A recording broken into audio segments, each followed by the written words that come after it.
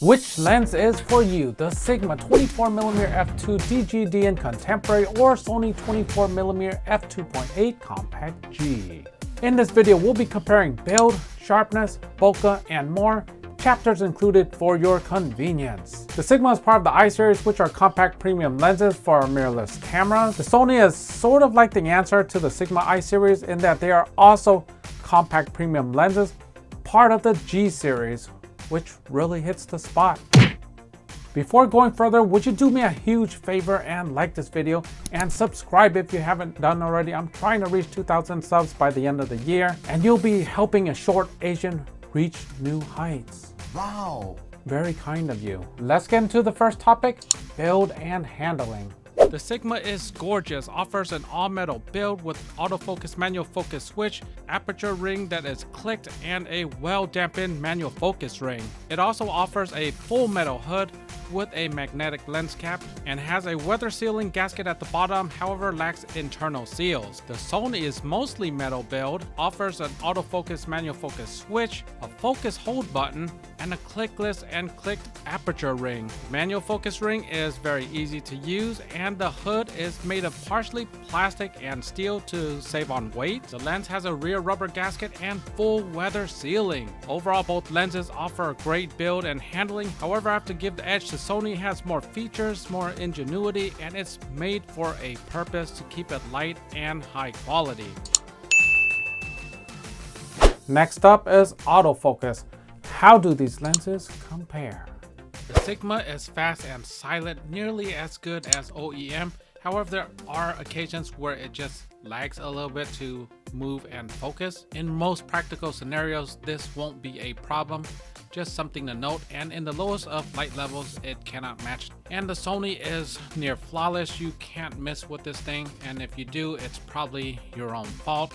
It is extremely fast. It will give you 30 frames per second on an A1, and despite being a stop slower, it was the best to acquire during low light. Winner in this category is the Sony.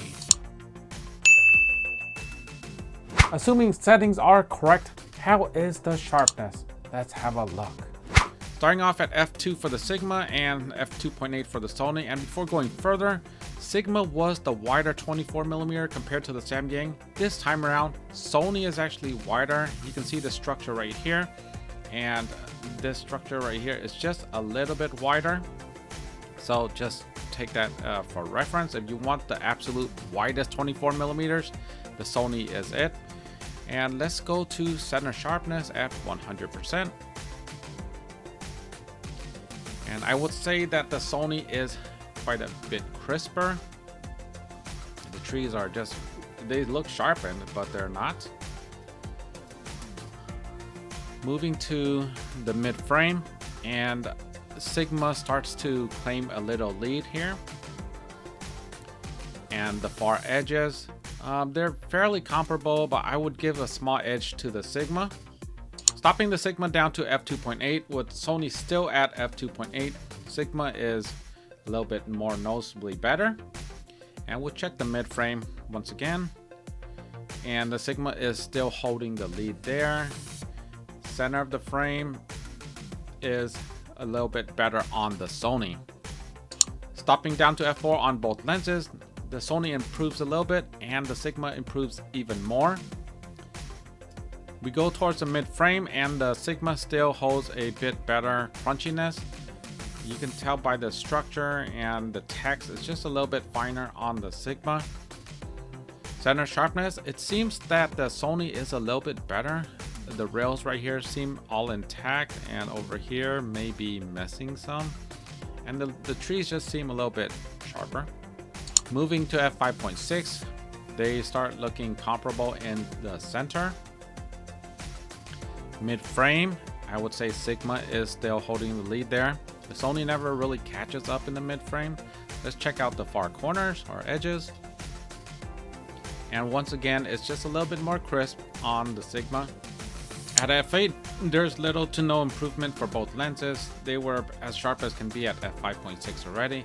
You can see this structure right here, just a little bit better on the Sigma, as well as the text. Moving to the mid frame, I would say that Sony catches up in the mid frame. However, the far edges, it still lags behind. Everything is crisp here and here. And the center sharpness is comparable.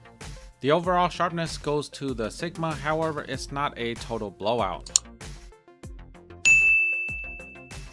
Sharpness is great and all, however, it's just one metric. How is the background blur? Let's have a look at Bokeh. Alright, it should be fairly obvious. There's one that is f2 and one is at f2.8. Can you figure it out? Time for the reveal. The Sigma is a little bit more punched in and has an f2 aperture, which is a stop more, so it produces a good bit more blurring ability. However, is the Sony good enough for you? That is a question only you can answer. It is a little bit wider, which will make it more convenient. And there is another small difference between the two, and that's the color cast. The Sigma runs a little bit warmer, where the Sony runs a little bit cooler. Next up, can you tell the difference between these two? This is at f2 and f2.8 respectively. Time for the reveal. Yes, for whatever reason, the difference here isn't that much. For full body, here is my marker so I know where to stand. And even this area where it's a little bit busy on the Sigma, it's even more busier on the Sony. However, due to the blurring ability, you don't notice it until you really punch in, and that's the thing with the Sony. The blurring ability is a little bit busy, it's on the busier side, but you can't really notice it until you punch in and see. It's just one of those things that because it's only f2.8, it doesn't blur a whole lot, and you just don't notice the flaws that easily. As expected, winner in the Bokeh category goes to the Sigma. Next up, we'll be looking at a flaw that often gets corrected in post. How is CA and LoCA? Both lenses are zoomed in 100% at the corners where chromatic aberration is most prevalent. Can you spot the problems? Here it is. This is from the Sigma. It's just a hairline. I believe here is a little bit from the Sony as well. It's essentially a non-issue. For LoCA, the focus was a bit off on one of the lenses, so we'll focus on the background, and right here you should be seeing some green outlines, which is fairly minimal. You can see a tiny bit right here. Sigma, you can't see much at all. There should be an outline right here. So both lenses are fairly free from LoCA. I just don't think it's something to be concerned about. So when it comes to chromatic aberration and LoCA, I consider it a draw. Both lenses behave very well in this scenario. What happens when light hits these lenses? Let's take a look at flare and Sunstars. On the Sigma, when flaring came, it was a little bit more noticeable. It's less and more thin on the Sony. There's more of a cloud formation when this happens. When it comes to Sunstars, the Sony is much more dominant. The effect is nice and dramatic, however not overbearing.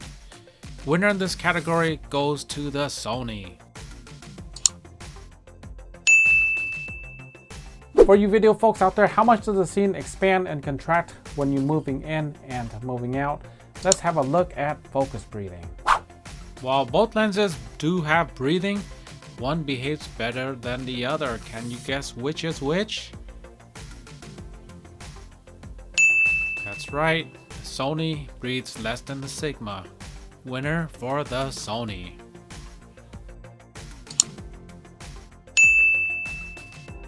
Compact, compensation, they all mean the same thing. Let's have a look at size. Anyone can see that the Sony is smaller, but how much smaller? What can't you see? The Sony comes in at 163 grams, it's weighty for its size, while the Sigma comes in at a whopping 365 grams. More than double the Sony.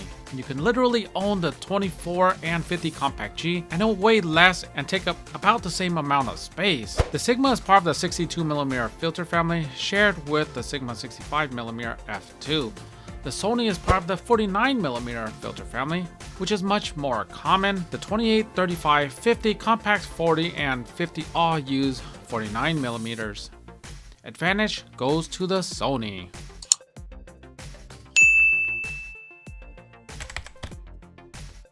The Sigma comes in at $639 and the Sony $599, which is less.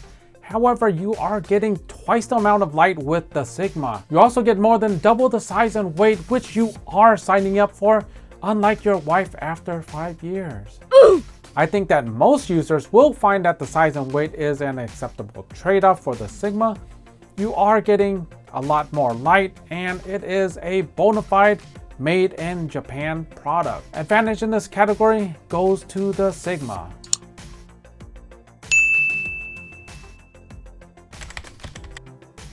Premium compact lenses are a thing now in the E-mount system. These are great lenses that offer great support. The Sigma comes with a 4-year warranty and the Sony comes with a 1-year. Sony has an advantage in this X factor, and that's the future innovations. We saw with the A7 IV that there are features that are Sony only features, and this being a Sony lens, the Compact G, you will probably get more future innovations that come to that lens. So that is the X factor when buying one of these. The Sigma is better in 2 major categories, sharpness and bokeh. However, the Sony is small, quick, first party, and the IQ is quite good. So which one is for you? And the answer relies on your arm strength. If you can handle the weight and size, I would say definitely go with the Sigma. It is fantastic. However, it is kind of big and heavy. That should be a given. It's a Sigma lens after all. Aww. The Sony is all about size and weight, and for those who don't want to make the sacrifices you get when purchasing a budget lens. The 24G is my personal pick. However, I can't say it's the right one for you. I have Asian arm strength and you might be different. So if the video was helpful, be sure to smash that like button. Thank you so much for watching, and I hope to see you on the next one. Thank you.